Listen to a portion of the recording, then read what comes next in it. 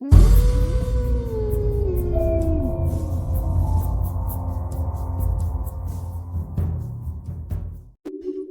कहानी के लेखक हैं संजय कामले। वो धीरे धीरे पीछे की तरफ सरकने लगी और सरकते हुए उस झूले पर जाकर बैठ गई। अब धीरे धीरे झोंके लेकर उसने दोबारा मिताली को आवाज लगाई। मिताली ने अपने रूम के दरवाजे की तरफ देखा तो वो आधा खुला हुआ था और दरवाजे के बाहर फैले घोप अंधेरे में वही औरत खड़ी थी जो उस बगीचे में झूले पर बैठी हुई थी। मासूम मिताली को ये सब टीवी सीरियल में दिखने वाले जादू की तरह लग रहा था। वह कदम बढ़ाते हुए दरवाजे से बाहर उस घोप अंधेरे की ओर चलने लगी और पीछे वह दरवाजा धीरे धीरे अपने आप बंद हो गया। मिताली की तलाश में पूरा दिन निकल गया। शाम होने वाली थी। रागिनी का रो रो कर बुरा हाल था। अपनी बेटी के लिए फिक्रमंद रितेश सोफे पर बैठे अपने दोस्त विक्रम से बात कर रहा था। पुलिस में रिपोर्ट लिखाई है, वो तफ्तीश करके अभी आ गए। बोल रहे थे किडनैपर्स का फोन आया तो हमें इन्फॉर्म करें। रागिनी कहाँ है? वो अपने कमरे में है। ठीक है, अब मेरी बात ध्यान से सुनना, क्योंकि जो मैं बताने वाला हूँ उस पर शायद यकीन करना तुम्हारे लिए मुश्किल होगा। ऐसी क्या बात है? मेरे ख्याल से किडनैपर्स का फोन कभी नहीं आएगा। तुम ये कैसे कह सकते हो? क्योंकि इस इलाके को मैं जानता हूँ। मतलब? साफ साफ बोलो। विक्रम कुछ बोलता कि तभी जोर से आवाज करते हुए सीढ़ियों के ऊपर से एक बर्तन लुढ़कता हुआ नीचे उसके पैरों तक आ गया। विक्रम की नजर सीढ़ियों के ऊपरी छोर पर गई और जैसे उसके दिल की धड़कन ही थम सी गई। एक सफेद परछाई उसे ऊपर के कमरे के आधे खुले दरवाजे में नजर आई। रितेश, चल हम पुलिस स्टेशन जाकर आते हैं। अरे पुलिस तो अभी यहाँ से गई है, देखते हैं कैसी जांच हो रही है। पर पुलिस अपना काम कर रही है। विक्रम गाड़ी चला रहा था। उसके परेशान चेहरे की तरफ देखकर रितेश ने पूछा, क्या बात है? कुछ परेशान लग रहे हो? और इतनी जल्दबाजी में हम पुलिस स्टेशन क्यों जा रहे हैं? हम पुलिस स्टेशन नहीं जा रहे हैं, तुमने जो ये बेवकूफी की है उसका उपाय जानने जा रहे हैं। मैंने कौन सी बेवकूफी की है? बिना जांच पड़ताल किए एक ऐसी जगह पर रहने आया जो कई दिनों से नहीं बल्कि कई सालों से बंद पड़ी है, जहाँ पता नहीं कौन कौन सी शैतानी ताकतें मौजूद हैं। शैतानी ताकतें? क्या बकवास कर रहे हो? आज के जमाने में भी तुम इन बातों पर यकीन करते हो? यकीन? उस गांव में कई सालों से कोई नहीं रहता। शहर के पास होने की वजह से एक कॉन्ट्रैक्टर ने वहाँ कुछ मकान बनाए, बच्चों को खेलने के लिए गार्डन बनाया, पर 2 परिवार के छोटे बच्चे गायब हो गए। काफी ढूंढने पर भी कुछ हासिल नहीं हुआ। क्या हुआ उन बच्चों के साथ? कहते हैं उस गांव में एक औरत रहती थी जो लोगों के घर छोटा मोटा काम कर अपने बच्चों को पाल रही थी। फिर एक दिन उसके बच्चे साहूकार के घर से चोरी करके शहर भाग गए और वो पागल होकर अपने बच्चों को गांव में आस पड़ोस के जंगल में ढूंढती रही और फिर मर गई और डायन बन गई। उसके डर से लोगों ने पूरा गांव छोड़ दिया और यहाँ वहाँ बस गए। कहकर विक्रम ने गाड़ी एक छोटे घर के पास रोक दी। दोनों घर के अंदर चले गए। एक बूढ़े बाबा भगवान की पूजा कर रहे थे। उनकी पत्नी माला जप रही थी और उनकी नातिन पास में ही पढ़ाई कर रही थी। उनके पास बैठते हुए विक्रम ने उन्हें प्रणाम किया। बोलो बेटे, कुछ परेशान लग रहे हो? विक्रम ने सारी बात बाबा को बता दी। बिना कुछ कहे उस बूढ़े इंसान ने अपनी आंखें बंद कर ली और झट से आंखें खोलते हुए कहा, है घर में किसी को अकेला छोड़कर आए हो? हाँ, मेरी पत्नी रागिनी को। वो खतरे में है। रितेश ने विक्रम की तरफ देखते हुए कहा, कैसे खतरा?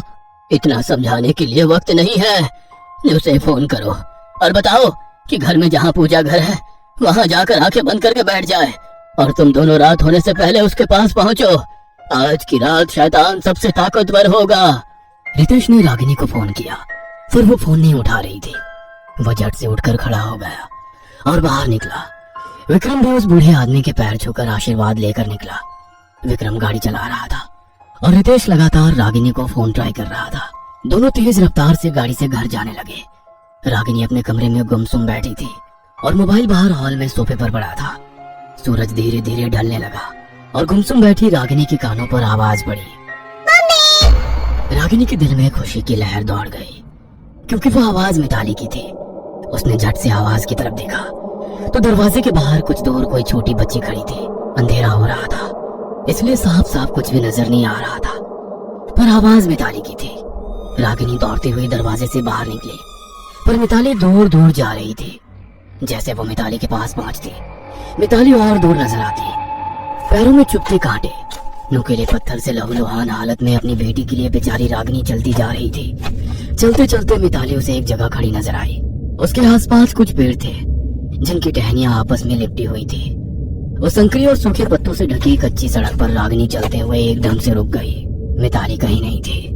था तो एक वीराना, ना कोई आवाज ना किसी की पुकार, था तो केवल गहरा सन्नाटा। चारों ओर नजरें घुमाई जैसे वो किसी भूल भुलैया में फंस चुकी थी।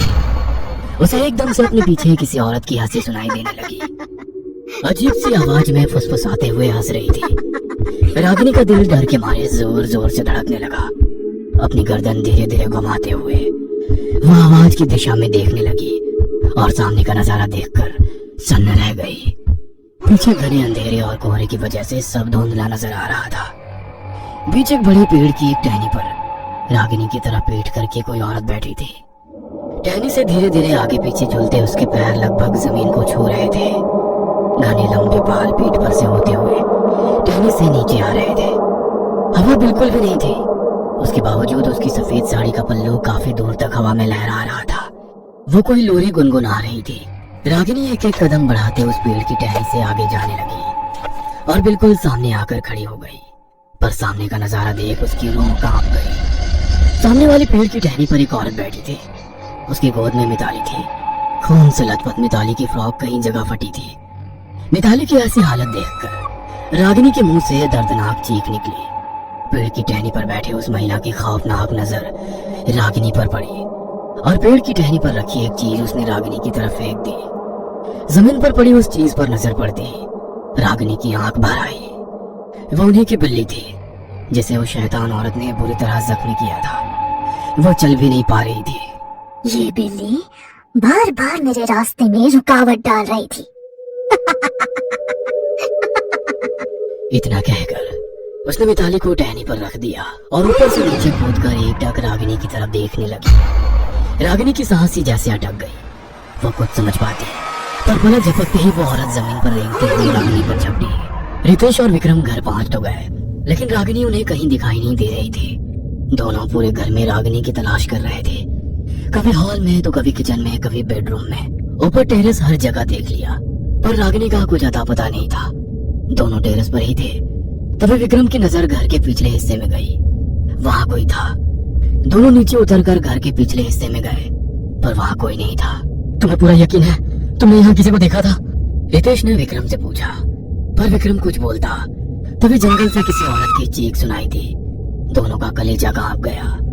रितेश समझ गया कि आवाज रागिनी की थी।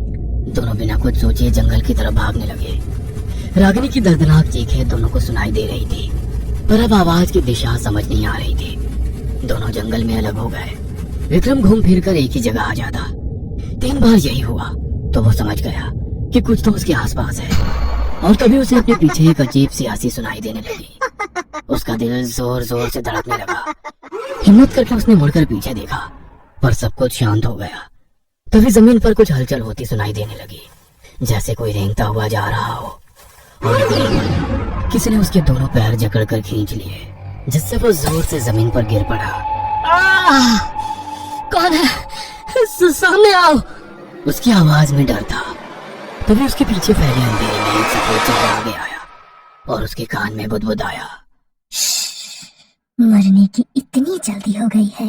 उसने झट से मुड़कर देखा तो कुछ भी नहीं था पर तभी उसी काले अंधेरे से निकलकर जमीन पर रेंगती एक सफेद परछाई उस पर गिरती और उसकी चीख गहरे सन्नाटे को चीरती निकली। रितेश ने भी वो चीख साफ साफ सुनी। वो उस आवाज के पीछे भागने लगा। भागते भागते उसी जगह पहुंचा जहां रागिनी आई थी। कोई मेरी बेटी को बचा लो, कोई मेरी बेटी को बचाओ। रागिनी की वो दर्द भरी आवाज सुनकर वह वहीं रुक गया। नजरें घुमाए चारों तरफ देखने लगा। तभी उसके पैरों पर कुछ पानी की बूंदें टपकने का एहसास हुआ। उसने पैरों को हाथ लगाकर देखा तो वो खून था और दोबारा उसके हाथ पर खून की बूंदें गिरने लगी। उसने धीरे धीरे अपनी गर्दन ऊपर की तरफ घुमाई। तभी ऊपर पेड़ की टहनी पर बैठी रागिनी ने उसके ऊपर छलांग लगाई। मैं मेरी बेटी को नहीं ले जाने दूंगी। रितेश वहीं पर बेहोश हो गया। रितेश को कुछ कुछ महसूस हो रहा था जैसे कोई उसका शरीर जमीन पर से घसीट कर कहीं ले जा रहा था और साथ ही एक औरत के बड़बड़ाने की आवाज आ रही थी। तू मेरी बेटी को ले जाएगा, तेरे जिस्म के टुकड़े कर दूंगी। और रितेश को समझ आया कि रागिनी उसके बाएं पैर को एक हाथ से पकड़कर घसीट कर कहीं ले जा रही है। उसके जिस्म में बिल्कुल भी जान नहीं थी। फिर भी रागिनी की बातें वो साफ साफ सुन पा रहा था। तुम लोगों को क्या लगता है मुझे मारकर मेरी बेटी को ले जाओगे? उस दिन मैं बेबस थी, पर आज नहीं। इतना कहकर उसने रितेश को एक गड्ढे में फेंक दिया। गड्ढा काफी गहरा था। रितेश जमीन पर पड़ा था। उसने धीरे धीरे आंखें खोलकर देखा तो कुछ ही दूर उसकी बेटी लहूलुहान हालत में पड़ी थी और घपाक से रागिनी दोनों के बीच कूद पड़ी। रितेश को कुछ समझ नहीं आ रहा था। रागिनी चलकर मिताली के पास पहुंची और मिताली को अपनी गोद में लेकर बैठ गई। चांद की सफेद धुंधली रोशनी में उसे रागिनी के पीछे गड्ढे की दीवार में कुछ इंसानी हड्डियां धंसी नजर आई। तभी रागिनी ने अजीब सी आवाज में कहा, तू मेरी बेटी को लेने आया था। मैं कमजोर थी, इसीलिए मेरे बच्चों को ले गए थे, पर आज नहीं। वो आगे कुछ बोलती तभी रितेश के मुंह से कांपते हुए शब्द निकले, रागिनी होश में आओ, अपनों को ही बलि चढ़ा रही हो, होश में आओ। रागिनी तो मर गई। मैं वैजंती हूँ।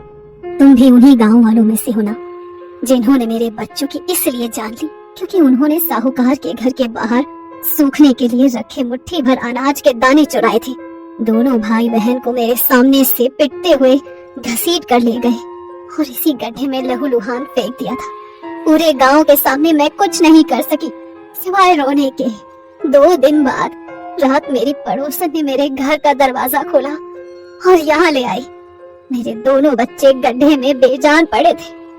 उन्हें बाहर निकालने की कोशिश की पर मैं अकेली क्या करती।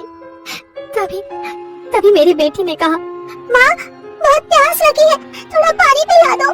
वो पानी मांग रहे थे। मैं जैसे तैसे वहाँ से निकली, घर से पानी का बर्तन लेकर वहाँ वापस पहुँची। दोनों को गोद में लेकर पानी पिलाने लगी पर वो पानी नहीं पी रहे थे। बेटा पानी पी लो, अभी तो तुमने पानी मांगा था ना, तुम्हारी माँ पानी लेकर आई है बेटी। ऐसा मत करो बेटा, लो पानी पी लो। देखो माँ को ऐसे छोड़कर मत जाओ, मैं जिंदा नहीं रहूंगी। सुनो पानी पी लो, पानी पी लो। रोती रही, चीखती रही और वही अपने बच्चों के साथ दम तोड़ दिया। तब से मैं यहाँ किसी को बसने नहीं देती, किसी को नहीं।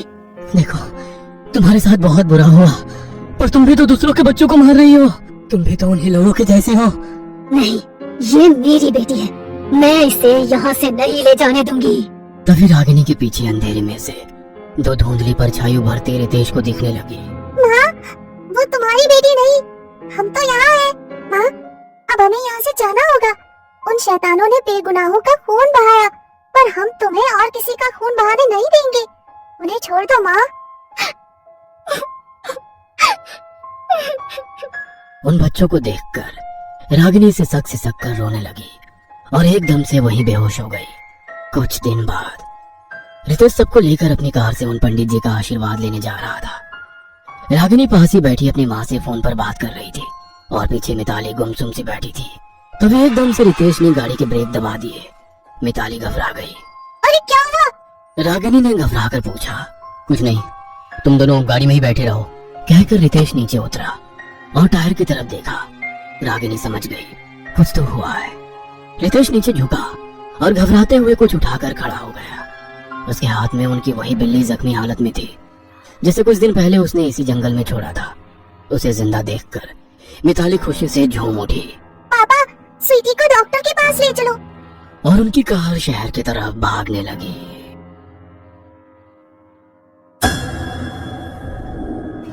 ये कहानी आपको अच्छी लगी हो तो हमें सब्सक्राइब करें, हमारा इंस्टाग्राम और फेसबुक पेज जरूर फॉलो करें। और हाँ दोस्तों, सब्सक्राइब करना भूलना मत।